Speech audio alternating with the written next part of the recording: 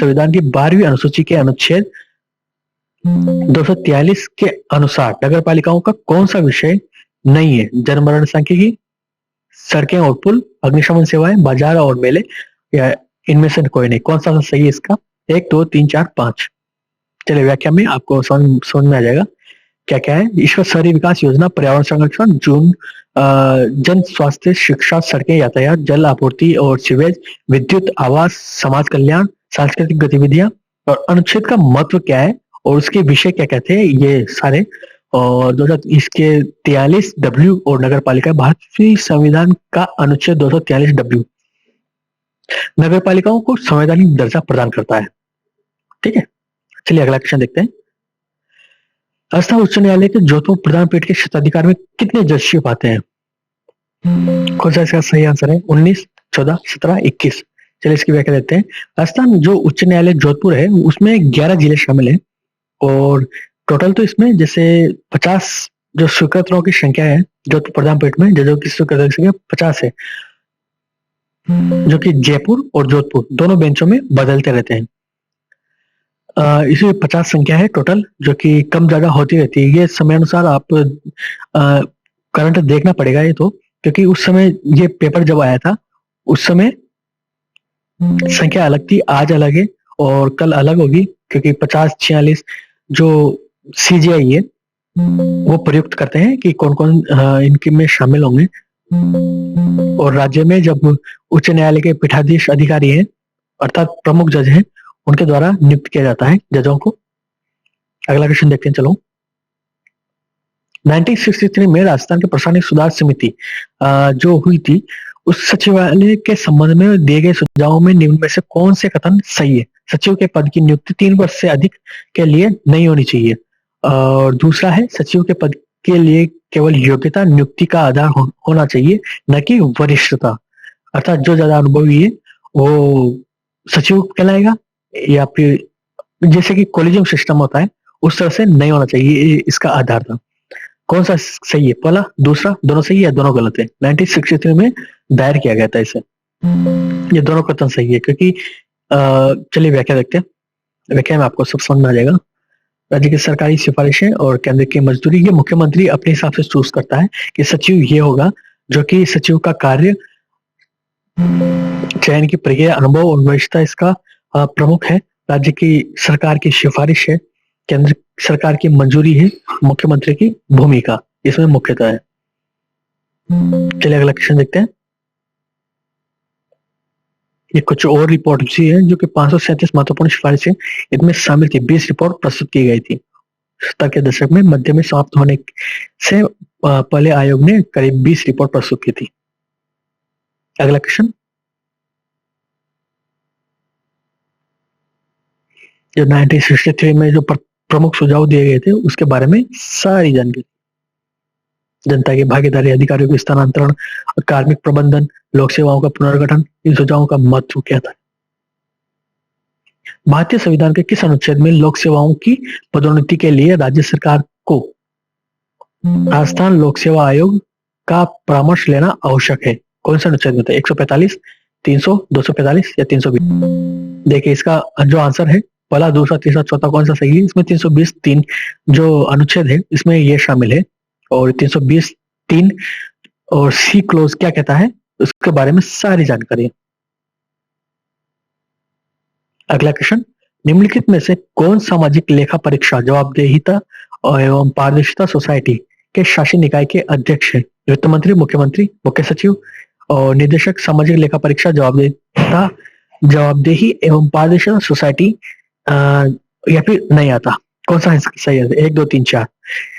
देखिए इस जो सोसाइटी जवाबदेहिता पारदर्शिता सोसाइटी है, इसका जो प्रशासनिक अध्यक्ष भी प्रशासनिक में ही शामिल होता है। अर्थात जो जवाबदेही होती है वो कार्यपालिका द्वारा ही नियुक्त किया जाता है। अर्थात मुख्य सचिव इसका सही आंसर है, न कि राजनीतिक गलियारों में ये घूमता रहे। इसकी सारी जानकारी आप पढ़िएगा,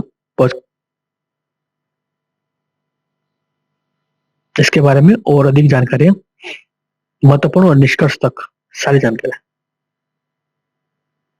2019 की पशुधन गणना के अनुसार देश के कितना प्रतिशत पशुधन राजस्थान में है? 11.60, 10.60, 9.60 या 8.60? देखिए इसमें करीब कौन सा आंसर सही है? 1, 2, 3, 4। चलिए इसका आंसर देखते हैं। इसका सेकंड आंसर इसका सही है, 10.60। और कई जगहों पर ये 10.8 के करीब भी बताते हैं इनको। 11.36 भारत में कुल पशुधन का लगभग 11.36% हिस्सा है। और कुल जगहों पर 2019 में पशुधन जनगणना के अनुसार 56.8 मिलियन पशुधन है था, जो भारत की कुल पशुधन आबादी का 10.8% है। और कुल पशुधन राजस्थान में 5.77 करोड़ का धन है, और इसमें से गाय, भैंस, ऊंट, भेड़, बकरी इनका प्रतिशत। चलिए इसका जो पूरी व्याख्या है, आपको कई जगहों पर कुछ मिलता है, कई जगहों पर कुछ मिलता है, परंतु एलिमिनेशन के अनुसार आपको निर्धारित करना पड़ेगा, जो कि बजट में शामिल है। कई जगहों पे अलग अलग इसलिए होता है क्योंकि बजट पहले से बजट रिपोर्ट देना अलग होता है। जब बजट जो साल भर का ब्यौरा पिछले साल भर का ब्यौरा जो निकल के आता है, उसमें रिपोर्ट में वो अलग होता है, तो थोड़ा सा अंतर चलता है इसमें से। कई बार क्वेश्चन परीक्षाएं पहले हो जाती है, तो पहले जो पूछते हैं तो थोड़ा सा अंतर आगे पीछे होता है इसमें। ये आपको करंट पढ़ना पड़ेगा, उस हिसाब से ये दायर किया जाता है। अगला क्वेश्चन देखते हैं, चलो। लाडो प्रोत्साहन योजना के अंतर्गत गरीब परिवारों को बालिका के जन्म पर कितने का सेविंग बॉन्ड दिया जाता है? 50,000, 75,000, 25,000 या 1 लाख, या नहीं आता? चलिए इसका आंसर देखते हैं। ये 1 लाख के करीब इसमें शामिल है, जो बालिका के जन्म पर सेविंग बॉन्ड दिया जाता है। ये किस्तों में दिया जाता है। किस प्रकार के दिया जाता है? कुछ इस प्रकार: लाभार्थी परिवार, सेविंग बॉन्ड, शर्तें, और भुगतान राशि 7 किस्तों में दी जाती है। 21 वर्ष की आयु पर विवाह के समय तक 7 किस्तों में दी जाती है, 21 वर्ष तक। चलिए अगला क्वेश्चन देखते हैं। निम्न में से कौन सी एजेंसी राजस्थान राज्य हाईवे विकास परियोजना सेकंड में वित्तीय सहायता प्रदान कर रही है? विश्व बैंक, जापान अंतर्राष्ट्रीय एजेंसी, एशियन विकास बैंक, या न्यू डेवलपमेंट बैंक, या अंतरिम प्रश्न नहीं आता? कौन सा आंसर सही है? 1, 2, 3, 4, 5। देखिए इसका एशियन डेवलपमेंट इसका सही आंसर है। इसके बारे में सारी जानकारी कुछ इस प्रकार। चलिए अगला क्वेश्चन देखते हैं। आप पॉज करके पढ़ लीजिएगा इसे, प्री और मेंस दोनों में काम आएगा, आपका कारगर होगा। जुलाई 2024 के राजस्थान परिवर्तित बजट 2024-25 के अनुसार Amrit global technology and application centre की स्थापना प्रस्तावित है। अजमेर, उदयपुर, जयपुर, जोधपुर, या नहीं आता? कौन सा सही? 1, 2, 3, 4, 5। देखिए इसका सही आंसर जयपुर है। Amrit global technology and application centre की स्थापना प्रस्तावित की गई थी जयपुर में। यह रही इसकी व्याख्या। जुलाई 2024 में प्रस्तुत राजस्थान परिवर्तित बजट 2024-25 के अनुसार Amrit global and application centre को जयपुर में स्थापित किया गया था। स्टार्टअप को बढ़ावा देना, शिक्षा में सुधार, राज्य की अर्थव्यवस्था में वृद्धि, रोजगार सृजन, तकनीकी विकास इसके पहलुओं में शामिल थे। चलिए अगला क्वेश्चन देखते हैं।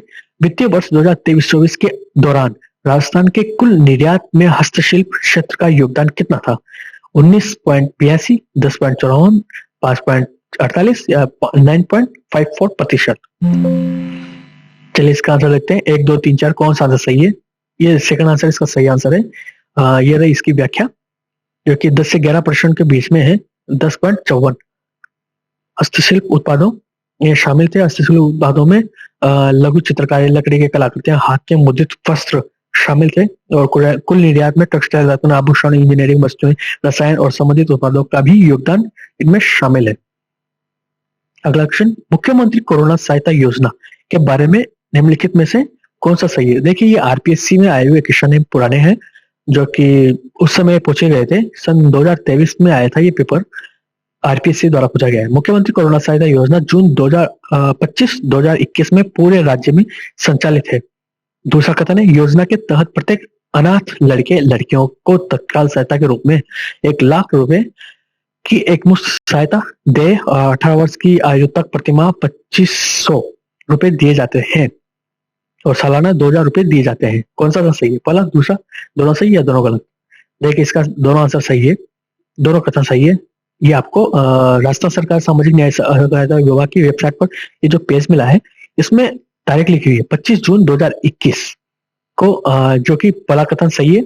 और दूसरा कथन आपको अगले इसमें आपको सब कुछ मिल जाएगा, जो जो मुफ्त राशियां और दी गई है, और कितना देना है कितना नहीं देना है, कितना किन व्यक्तियों को देना है, और अ, उनकी प्रकारिता पात्रता क्या रहेगी, कुछ इस प्रकार।